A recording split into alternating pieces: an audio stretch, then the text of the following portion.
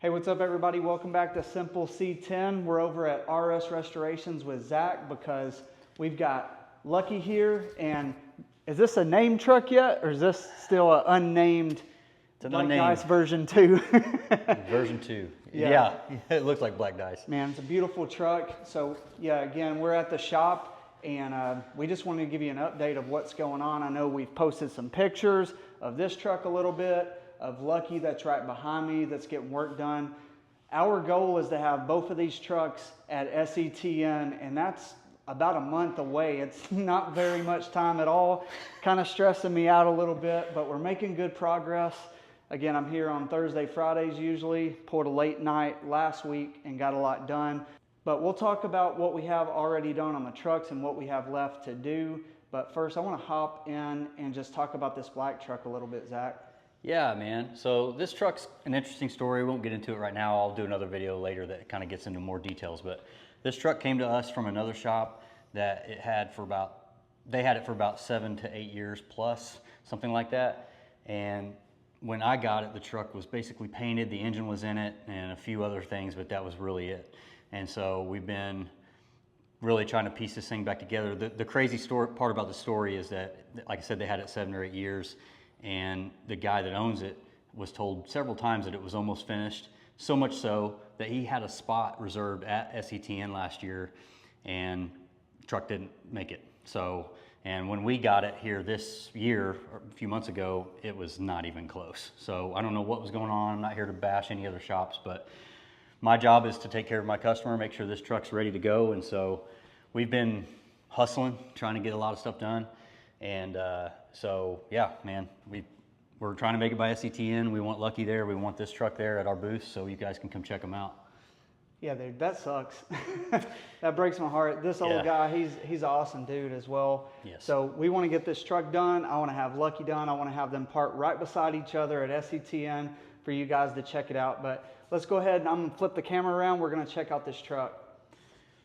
Let's check this thing out. This thing was already painted whenever it got here. It had a slick paint job on it, but it came in a bunch of different parts, about halfway finished all around. But Zach's gonna button it up and make this thing look awesome. I like the wheels, hubcaps, all the stuff. I mean, it looks awesome already. Zach, what have you done so far and kind of what's gonna need done before SETN? Yeah, so as I mentioned, the truck, like you said, the paint on this truck is great. The work they did was really fantastic. The unfortunate thing is they just didn't finish it. The engine was in it, but that's it. The carburetor wasn't mounted, nothing. But the vintage air kit was not in it. Nothing was in it. And as a matter of fact, the guy paid for a vintage air kit and it didn't come with the truck. So I had to, the folks over at Vintage Air actually hooked this truck up, sent us a Sure Fit kit. And so we just got that installed. We're finishing up some of the details of it, but got the lines in, everything nice and neat.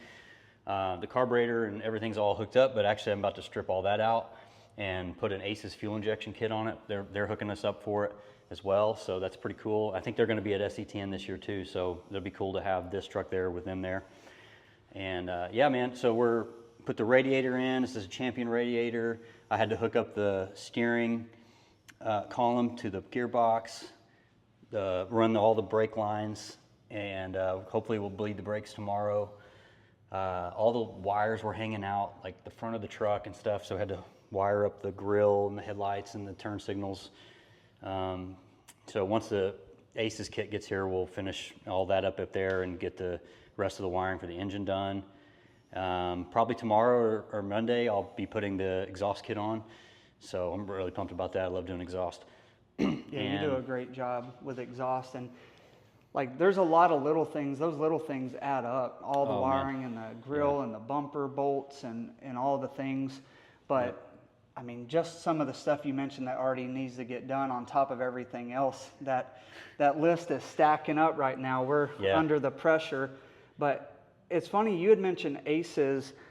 Probably 2 or 3 months ago, maybe even longer than that. And since then, it seems like I see them everywhere on Instagram, on Facebook, going to the car shows. They're really making a name for themselves. Yeah, they are. And they're from Saudi Daisy, Tennessee, or near there. And so they're Tennessee guys, and I think that's cool.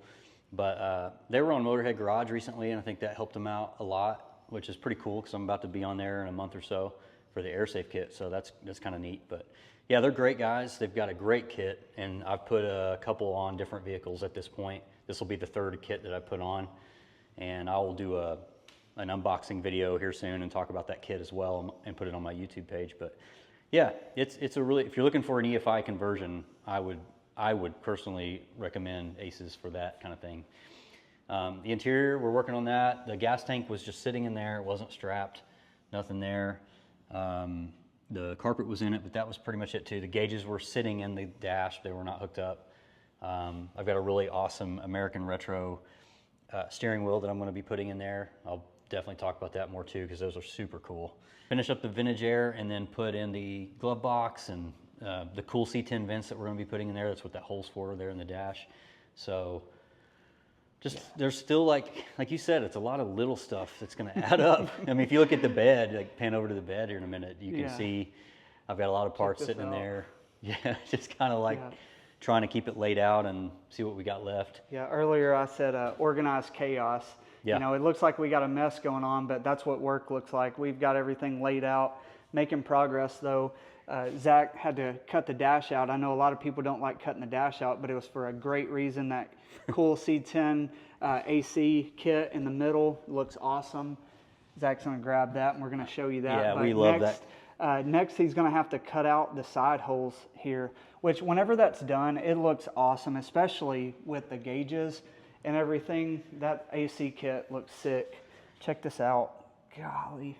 There's something about black and chrome. Oh, yeah. Can't beat it. Yeah, Golly. man. That's going to look so good.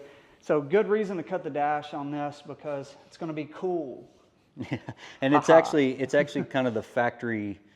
That's an identical setup to what the factory AC would have looked like too. So that I like that. That's what makes it look really good. It doesn't look like it's trying too hard, I guess. Right, aftermarket. The SureFit kit looks pretty good, but that kit that you're installing definitely does blend in the AC and it makes it look factory, like it was made like that. Yep. But if you look down the side of this truck, I mean, it's straight as an arrow. This thing looks amazing.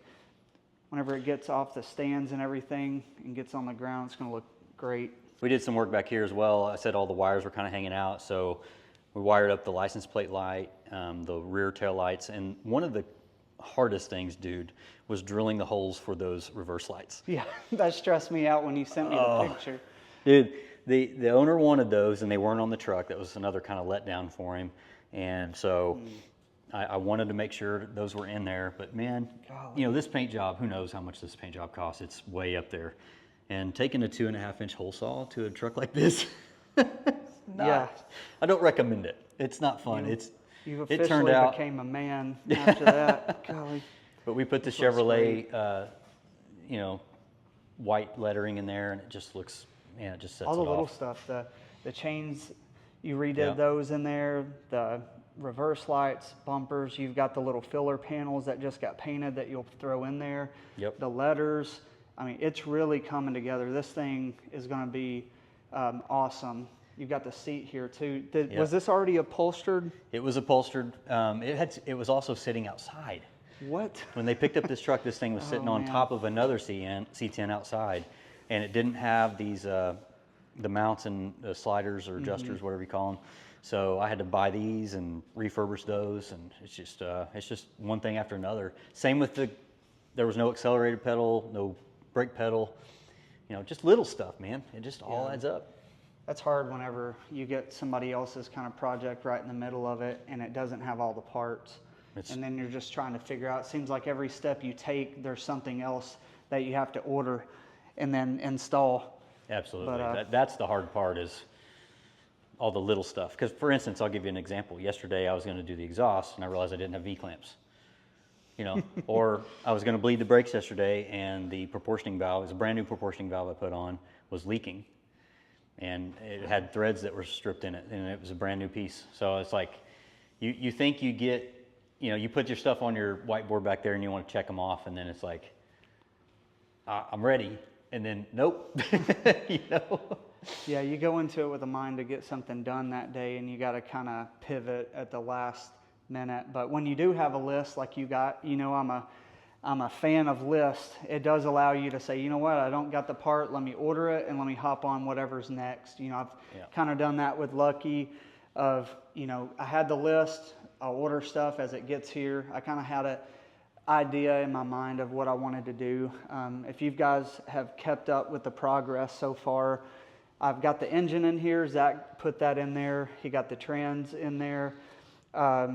And put the cam. He did a great job painting the block. I know some people was asking what kind of paint that is. That was the Duplicolor engine and in satin black. And I mean, it looks great. Really love how all this come together with kind of the matte black and then the satin black. And there's both of those working together with just a tiny hint of stainless in there. Just really loving the blacked out look. Yeah, it's slick. Yeah, GMSS, I've got all their inner fender panels, and they have a factory inner fender cover. I haven't seen anybody using those yet, besides Otis that had them in one of his display trucks. So I'm gonna install those probably tomorrow, but the goal is to get this engine turning over and running. Today's goal was to install the Sniper, all the wiring. So I got all the wiring hooked up with the PDM. The Sniper 2 comes with a little box that you run all the wires to, and it made it so easy. It took me about 4 hours today to run all the wires, but that was running the wires for the fan, for the Sniper, for the fuel pump, and all the battery wiring to the alternator and to the fuse block. So I've done a lot of wiring today. I loomed everything up, taped it up. I stripped down the harnesses to make them look better, get rid of all the wiring that I'm not using. So you have 4 weeks basically to get this truck done and this truck done for SETN. Zach already went over. He's got a list a mile long to get done on the truck, but it's a lot of little things, time consuming, but I can't wait to see it there. We're going to get them there one way or the other. They might both pull up on a trailer, who knows, but we're going to have them there looking good. We're going to make it, but hopefully we can drive them there. And I'm still trying to figure out logistics on that, taking 2 trucks. You're probably going to bring 2 as well, aren't you, Zach? I think so, yeah. So we'll figure it out. We'll get there on Thursday or something. So what I have left on this is to hook up the torque converter. I've got to get the drive shaft cut down, get that in there. The inner fender covers like I was talking about, and the firewall covers. Get the starter on there and get a couple things with the engine done. I'm waiting on some bolts for the intake. Those little bolts there that don't look good, they'll be gone. They'll be black. Get that buttoned up, and let me see. Get the Snowden seat in there. It should be here in 2 weeks. But hopefully, when we fill this thing up with fluid, it cranks over and runs good. We got to run the exhaust. That's one thing I'm going to probably leave the Flowmasters that was on the truck on there, but run all new pipes all the way back down the side of the frame.